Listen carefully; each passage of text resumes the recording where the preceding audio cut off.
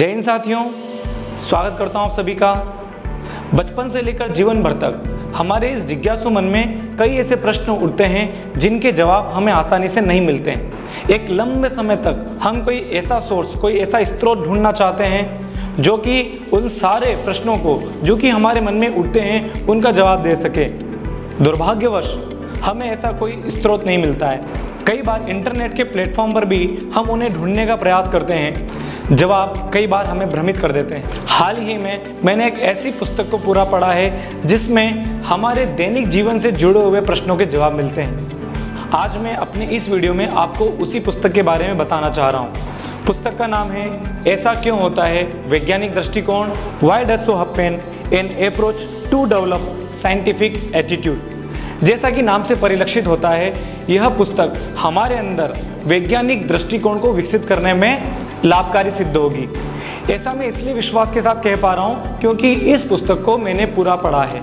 एक बच्चे से लेकर बुजुर्ग के मन में आने वाले प्रश्न जो कि आम जीवन से जुड़े होते हैं, उनमें से अधिकांश प्रश्नों के उत्तर हमें इस पुस्तक में मिलने वाले हैं।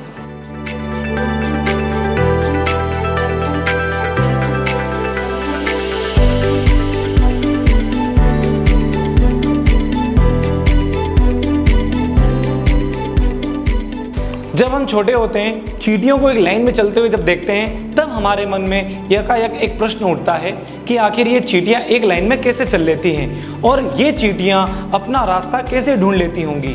किचन में जब हमारी मम्मी प्याज काटते थे, तब हमारे मन में ये प्रश्न उठता था कि प्याज काटते समय आँख से आंसू क्यों आते हैं। घर के बड़े बुजुर्गों के सामने जब हम खाना खाते हैं तो अक्सर वे हमें यह कहकर टोकने लगते हैं कि खाना खाते समय बातें नहीं करनी चाहिए।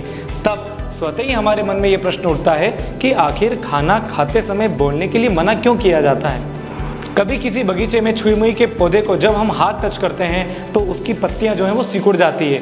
तब हमारे मन में ये प्रश्न उठता है कि छुई मुई का पौधा जो है वो अपनी पत्तियों को कैसे सिकुड़ लेता है। गलियों से गुजरने वाले वाहनों पर जब कुत्ते पीछे से जोर जोर से भौंकने लगते हैं, तब भी हमारे मन में ये प्रश्न उठता है कि आखिर गाड़ियों में ऐसा क्या होता है जिसकी वजह से कुत्ते भागने लगते हैं उनके पीछे और उनके ऊपर भौंकने लगते हैं।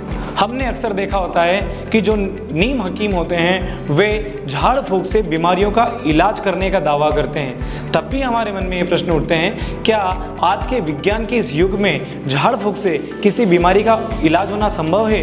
क्या कोई नीम हकीम पीलिया को झाड़ सकता है?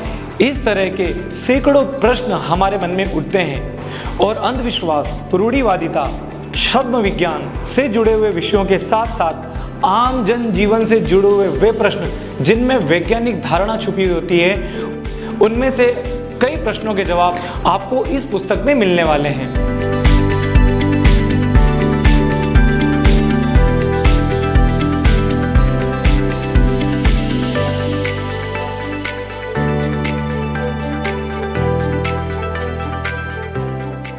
इस पुस्तक को लिखा है श्री ओम प्रकाश पाटीदार जी ने, जो कि मध्य प्रदेश के शाजापुर जिले के उत्कृष्ट विद्यालय में पदस्थ हैं।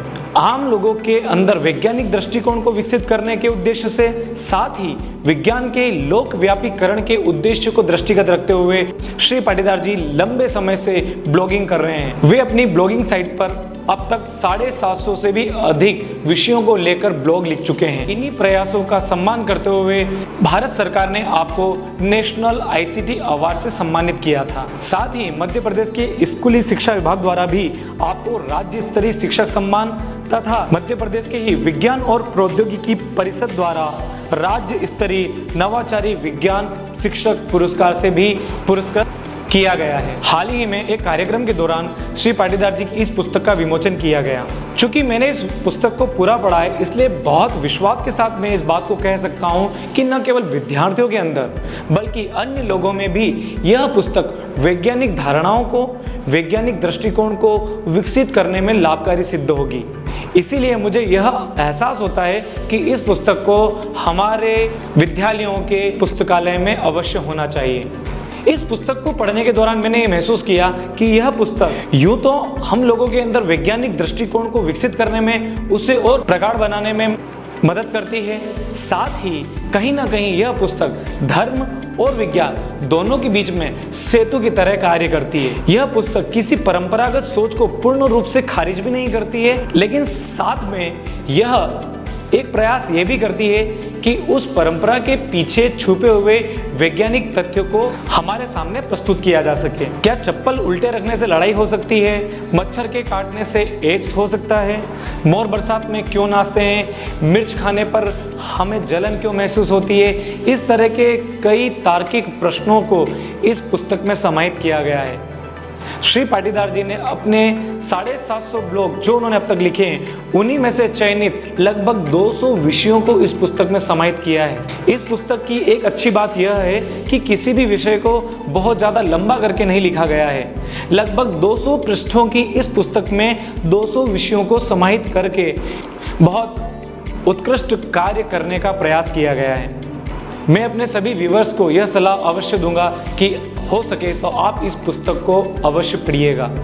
इस पुस्तक को आप सीधे अमेजन स्टोर से भी ले सकते हैं और आपकी सुविधा के लिए मैं यहाँ डिस्क्रिप्शन बॉक्स में भी एक लिंक प्रोवाइड कर रहा हूँ, जिस पर क्लिक करके सीधे आप इस पुस्तक को खरीद सकते हैं। मैं इस प्रथम संस्करण की अपार सफलता के लिए श्री पाटीदार जी को अनंत शुभकामनाएं प्रेषित करता हूँ। साथ ही यह आग्रह भी करूँगा कि वे इस पुस्तक के अगले संस्करण के लिए भी अवश्य कार्य करें। अंत में मैं अपनी ओर से और अपने सभी व्यूअर्स की ओर से सर को धन्यवाद प्रेषित करूंगा इतने अच्छे कार्य के लिए। इन्हीं शब्दों के साथ धन्यवाद।